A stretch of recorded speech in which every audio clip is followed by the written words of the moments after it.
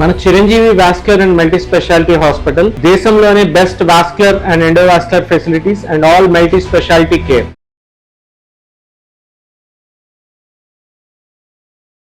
నమస్తే, welcome to Suman TV. నేను మీ కృష్ణవేణి. ప్రోస్టేట్ ఆర్టరీ ఎంబ్లయేషన్ అంటే ఏంటి, అసలు ప్రోస్టేట్ గ్రంథి అంటే ఏంటి, వయసు పెరుగుతున్న కొద్దిగా గ్రంథి ఎందుకు పెద్దదవుతుంది, ఇలా ఈ అంశానికి సంబంధించి అనేక విషయాల్ని మనతో డిస్కస్ చేయడానికి ఈరోజు మనతో పాటు ఉన్నారు Chiranjeevi hospitals vascular and multi speciality hospital vascular and endovascular senior surgeon అయినటువంటి డాక్టర్ కె సంజీవరావు గారు ఉన్నారు. డాక్టర్తో మాట్లాడతారు. డాక్టర్ నమస్తే. నమస్కారం. డాక్టర్, ప్రోస్టేట్ గ్రంథి అంటే చాలా మందికి ఐడియా ఉండదు, ముఖ్యంగా గ్రామ స్థాయిలో ఉన్న వాళ్ళకైతే అసలే తెలియదు, రూరల్. దీని గురించి మీరు కొంచెం డెప్త్ గా మాకు ఎక్స్ప్లెయిన్ చేస్తే. ప్రోస్టేట్ గ్రంథి అనేది మన యూరినరీ బ్లాడర్ అంటాం. అంటే మన ఒంటేలు ఏదైతే ఒక సంచి దానిలో స్టోర్ అవుతుందో దాన్ని యూరినరీ బ్లాడర్ అంటాం. ఆ బ్లాడర్ నుంచి మనకి బయటికి వచ్చే యురెత్రా అంటాం అనమాట. సో ఆ యురెత్రా నుంచి వచ్చే మధ్య మార్గంలో ఒక గ్రంథి ఉంటుంది అనమాట.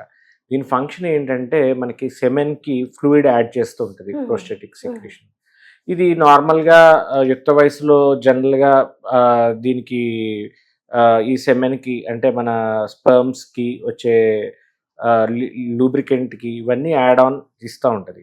కానీ వయసు పెరిగే కొద్దీ ఆ గ్రంథి కూడా వాయటం జరుగుతుంది. సో ఎప్పుడైతే అది ఉబ్బడం జరుగుతుందో ఈ మార్గాన్ని ఆ ఉబ్బి ఆ గ్రంథి అనేది కంప్రెస్ చేయడం జరుగుతుంది, అంటే నొక్కుతుంది. ఎప్పుడైతే మనకి నొక్కిందో యూరినరీ ఒంటేలు సాఫీగా అవ్వకపోవటం అనేది జరుగుతుంది అనమాట. సో చాలా మందిలో అందుకనే ఒక పెద్దవాళ్ళు 60 పైబడిన 50 పైబడిన వాళ్ళల్లో యూరినరీ మనకి కంప్లీట్నెస్ ఫీలింగ్ ఉండదు. అంటే ఇంకా నేను యూరిన్ వెళ్ళాలి, ఇంకా వంటేలు ఇంకొకసారి వెళ్తే బాగుంటుంది, ఇంకా అవ్వలేదు నాకు పూర్తిగానే ఫీలింగ్ ఉంటుంది. దానివల్ల ఏంటంటే తరచుగా రాత్రిపూట ఒక 4-5 సార్లు ఎగుస్తూ ఉంటారు నిద్ర పాపం. సో నిద్ర డిస్టర్బెన్స్ అవుతుంటుంది. ఫ్రీక్వెంట్గా వంటేలకి వెళ్ళాల్సి వస్తూ ఉంటుంది. ఆ వచ్చినప్పుడు కూడా అర్జెన్సీగా వస్తుంది, ఎందుకంటే కంప్లీట్గా ఎవాక్యువేట్ అవ్వదు కదా. మన ఎప్పుడైతే యూరినరీ బ్లాడర్ అనేది కంప్లీట్గా ఎవాక్యువేట్ అవ్వదో, అంటే ఎవాక్యువేట్ అంటే మనకి మొత్తం యూరిన్ అనేది బయటకు పోకుండా నిలిచిపోతుంటుంది ఈ కంప్రెషన్ వల్ల, వెంటనే మళ్ళీ ఫిల్ అయిపోతుంటుంది. కిడ్నీస్ ఏం చేస్తాయి, మళ్ళీ దానిలో యూరిన్ పంపిస్తుంటాయి. సో ఎప్పుడైతే మనకి ఈ యూరినరీ బ్లాడర్లో ఈ యూరిన్ అంతా ఎక్కువగా నిండిపోతుంటుందో దానివల్ల ఏంటంటే ఈ ఒంటేల మార్గంలో అక్లూజన్ వల్ల వాళ్ళకి అర్జెన్సీ మళ్ళీ వెళ్ళడము, మూత్రంలో ఇన్ఫెక్షన్ రావడం, యూరినరీ ట్రాక్ ఇన్ఫెక్షన్ అంటాం అన్నమాట. సో అంటే ఒంటేల్లో మార్గంలో మనకి మంట రావటము, ఇన్ఫెక్షన్ అవటం, జ్వరం రావటము, చాలా ఇలాంటి ప్రాబ్లమ్స్ మల్టిపుల్ ఫేస్ చేస్తుంటారు. కానీ డాక్టర్, ఇది చాలా మందికి షుగర్ లేదా యూరిన్ ఇన్ఫెక్షన్ ఇట్లా మిస్లీడ్ అయ్యే అవకాశం ఉంటుంది కదా చాలా మందికి ఏంటంటే వయసు రీత్యా కూడా షుగర్ అనేది కూడా పెరుగుతూ ఉంటుంది. సో వాళ్ళు చాలా కన్ఫ్యూజన్లో ఉంటారు, ఇది షుగర్ వల్ల నాకు ఎక్కువ సార్లు వస్తుందా వంటేలు, లేకపోతే యూరినరీ ప్రాబ్లం వల్ల ఎక్కువ ఇలాగ వస్తుందా అనేది సమస్య వాళ్ళకి అర్థం కాదు. వాళ్ళు ఏమనుకుంటారంటే ఇది షుగర్ వల్ల వస్తుందేమో, షుగర్ కంట్రోల్ అవ్వట్లేదేమో అని దానికి మందులు వాడడం మొదలు పెడతారు. సో ఈ సిమ్టమ్స్ అనేది డిఫరెన్షియేట్ చేయగలగాలన్నమాట మనం. అంటే మనం పోయిస్తున్నప్పుడు సరైన మోతాదులో మనం ఒంటేలు పోయగలుగుతున్నామా బయటికి, లేకపోతే పోయడానికి ఇబ్బంది పడుతున్నామా అనేది ఫస్ట్ నెంబర్ 1. నెంబర్ 2, ఇలా ఒంటేలు నాకు రికరెంట్గా యూరినరీ ట్రాక్ ఇన్ఫెక్షన్స్ అంటే ఒంటేల్లో మనకి ఇన్ఫెక్షన్స్ అవుతా ఉన్నాయా అనే దానికి కూడా ఒక అవగాహన వాళ్ళకు ఉండాలి. 3 ఏంటంటే మనకి వయసు రీత్యా కూడా మనం ప్రతి ఒక్కరికి ఈ అవగాహనతో ఒక చిన్న పరీక్ష అనేది చేసుకోవాలి. పోస్ట్ వైడ్ రెసిడ్యువల్ వాల్యూమ్ అంటాం. ఆ పోస్ట్ వైడ్ రెసిడ్యువల్ వాల్యూమ్ ఎంత అంటే ఎంత ఒంటేలు పోసిన తర్వాత కూడా బ్లాడర్లో ఎంత ఉంటుంది అనేది కూడా మనం ఒక ఏజ్ దాటాక చూసుకోవాలి. దీంతో పాటు ఒక్కొక్కసారి ఇది క్యాన్సర్ కింద కూడా మారే ఛాన్సెస్ ఉన్నాయి. సో అందుకనే పిఎస్ఏ అంటాం, ప్రోస్టేట్ స్పెసిఫిక్ యాంటీజెన్. ఈ పరీక్ష అనేది కూడా ఒక పెద్ద వయసు వారిన వాళ్ళు కంపల్సరీ స్క్రీనింగ్ అనేది చేయించుకోవాలి. లేకపోతే ఈ ప్రోస్టేట్ గ్రంథి ఎంత మనకి ఈ ఇబ్బందులు ఉన్నప్పుడు చిన్నవి చెప్తున్నాము, అదే అది క్యాన్సర్ కింద పరిగణిస్తే ప్రాణానికి చాలా ప్రమాదం అయ్యే అవకాశాలు ఎక్కువ. అంటే ఏ ఏజ్ వచ్చిన తర్వాత ఈ టెస్ట్కి రావడం బెటర్ అంటారు? అబోవ్ 50 ఉన్నవాళ్ళు కంపల్సరీ టెస్ట్ చేయించుకుంటే చాలా బెటర్ అమ్మా. 50 to 60 మధ్యలో ఉన్న వాళ్ళు కంపల్సరీగా చేయించుకోవాలి. వాళ్ళ ఒంటేల సిమ్టమ్స్ కూడా అండ్ ఫ్యామిలీ హిస్టరీ, ఇంట్లో కూడా ప్రోస్టేట్ గ్రంథి వల్ల ఇబ్బందులు పడుతున్నప్పుడు ఈ టెస్ట్ అనేది కంపల్సరీ చేయించుకోవాలి. లేకపోతే మేల్ లో ఇది ఒక ప్రాణాంతకమైన జబ్బు కింద మనం పరిగణిస్తాం. సో ఈ ప్రోస్టేట్ సమస్యని మనం అందుకని అస్సలు నెగ్లెక్ట్ చేయకూడదు. సో ఈ ప్రోస్టేట్ సమస్య ఉన్న వాళ్ళు కంపల్సరీగా ఈ పిఎస్ఏను దీంతో కూడా ఈ టెస్టులతో పాటు ఈ చిన్న స్కానింగ్ కూడా చేయించుకోవాలమ్మా. అంటే ప్రోస్టేట్ ఆర్టరీ ఎంబలైజేషన్ అంటే ఏంటి డాక్టర్ అసలు? ప్రోస్టేట్ ఇప్పుడు ఇలాగా ఇబ్బందులు పడుతున్న వాళ్ళల్లో ఏంటంటే నార్మల్గా సర్జరీ చేసి మనము ఆ గ్రంథిని కంప్లీట్గా తీస్తూ ఉంటాం. అది మన చిరంజీవి హాస్పిటల్ యూరాలజీ డిపార్ట్మెంట్లో సీనియర్ యూరాలజీ వాళ్ళు చేస్తున్నారు. కొంతమందిలో ఏంటంటే వాళ్ళకి సర్జరీ అనేది చేయించుకుంటాం, మాకొద్దు, సర్జరీ అవాయిడ్ చేయాలి, మేము వెంటనే లెగిసి మా పనులు మేము చేసుకోవాలి, ఇవాళ చేయించుకుంటే రేపటి నుంచి నేను నార్మల్గా నా పని నేను చేసుకోవాలి, హాస్పిటల్లో నాకు ఎక్కువ రోజులు ఉండకూడదు. తర్వాత మత్తు, ఇవన్నీ పెద్ద వయసులో వస్తాయి, 80-70 ఏజ్లో వస్తాయి. వీళ్ళకి కంపల్సరీ పూర్తి గ్యాస్ మత్తు ఇవ్వాల్సి వస్తుంది. ప్రోస్టేటిక్ సర్జరీ అంటే ప్రోస్టేటిక్ సర్జరీ పూర్తి మత్తు ఇవ్వాల్సి వస్తుంది. అలాంటి మత్తు నాకు వద్దు అండ్ వాళ్ళు వద్దనుకోవచ్చు. రెండు వాళ్ళ గుండె కానీ లేకపోతే బాడీ కూడా సహకరించకపోవచ్చు. పూర్తి గ్యాస్ మత్తు ఇస్తే దానివల్ల వచ్చే కాంప్లికేషన్స్ దానికి ఉంటాయి. సో వాటి వల్ల కొన్నిసార్లు బాడీ మనకు సహకరించదు ఈ పెద్ద వయసులో ముఖ్యంగా. సో వాళ్ళల్లో నాకు ఏ అనస్థీషియా లేకుండా లోకల్ అనస్థీషియా అంటే చిన్న సూదితోనే మనకి ఈ ప్రక్రియ ఉంటుంది కాబట్టి ఈ లోకల్ అనస్థీషియాలోనే మనకి ప్రాబ్లం అంతా క్యూర్ అయిపోతుంది. సో నాకు మత్తుతో ఉన్న రిస్క్ మేము తీసుకోలేము అని అనుకున్న వాళ్ళల్లో ఆపరేషన్ లేకుండా చేసే ప్రక్రియ prostatic artery embolisation.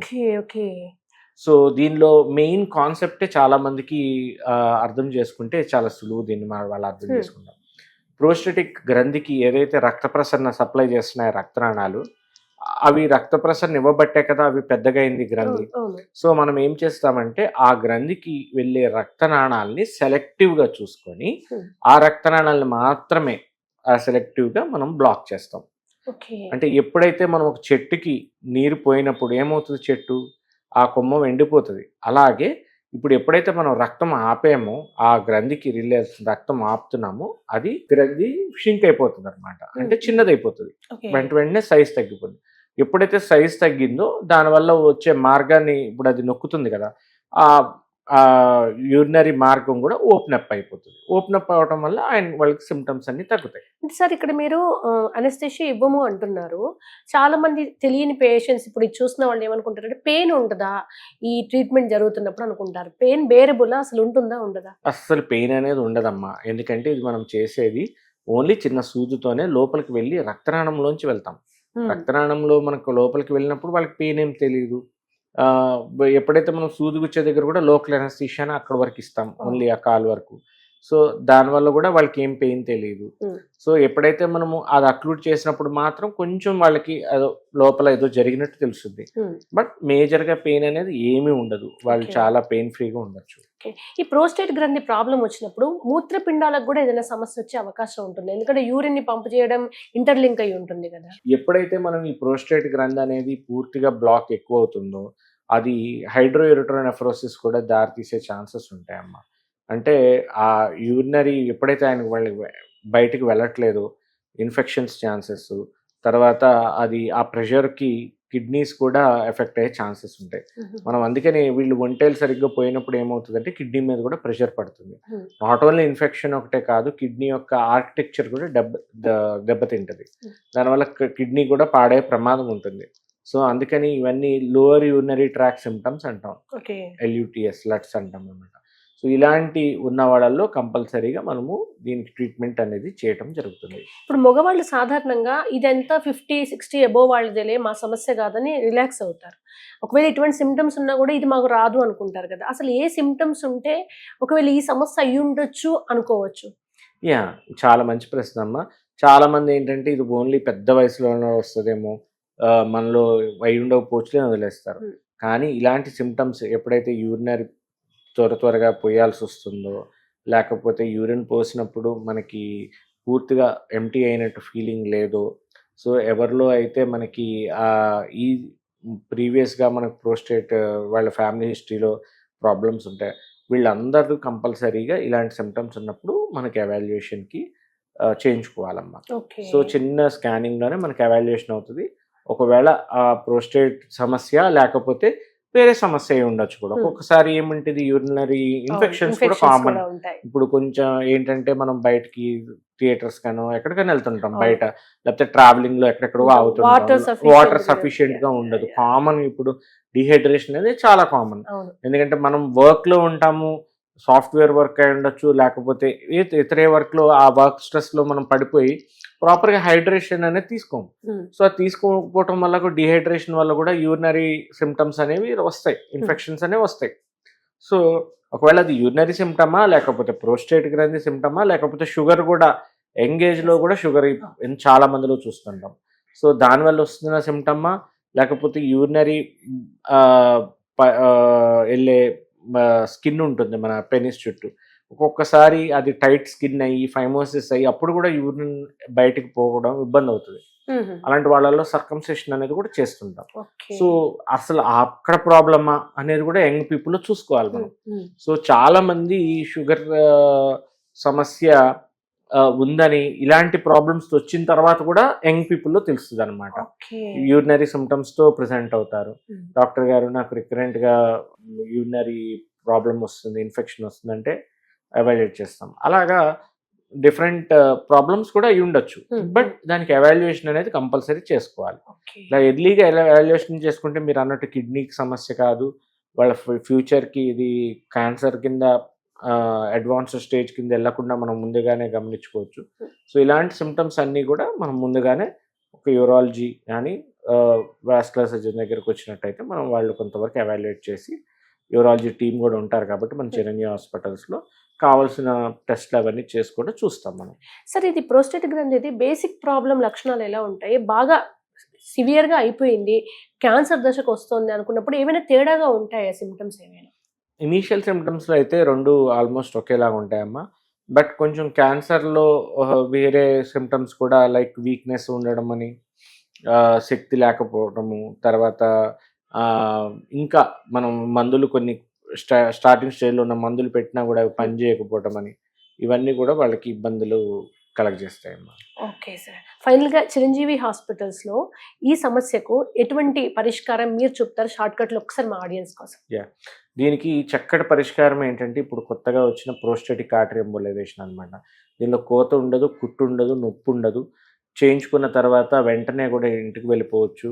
So general anaesthesia అంటే పూర్తి మత్తు ఇవ్వాల్సిన అవసరం లేదు. సో ఇవన్నీ లేకుండా చిన్న సూదితోనే అయ్యే ట్రీట్మెంట్ ప్రోస్టేటిక్ ఆర్టరీ ఎంబోలైజేషన్ అనమాట. సో దీంతో ఏంటంటే మనకు భయపడకుండా పెద్ద వయసు వాళ్ళు కూడా చక్కగా ఒక చిన్న సూదితోనే ట్రీట్మెంట్ చేయించుకొని వాళ్ళ పనులు వాళ్ళు ఇమీడియట్గా కూడా చేసుకోవచ్చు. ఎవరి మీద ఆధారపడాల్సిన అవసరం లేదు. హాస్పిటల్లో 4-5 రోజులు ఉండి వాళ్ళు ఎవరో వాళ్ళకి వచ్చి సేవ చేసి మళ్ళీ ఇంటికి వెళ్ళాక మళ్ళీ సేవ చేసి ఇలాంటివి ఏమి లేకుండా వాళ్ళు చక్కగా ట్రీట్మెంట్ తీసుకొని మళ్ళీ వాళ్ళ ఇంటికి వెళ్ళి వాళ్ళ పనులు వాళ్ళు చేసుకునే అడ్వాన్స్డ్ ప్రొసీజరే సింపుల్గా ఒక మాటలో చెప్పుకోవాలంటే prostatic artery embolisation. Thank you so much sir. Thank you.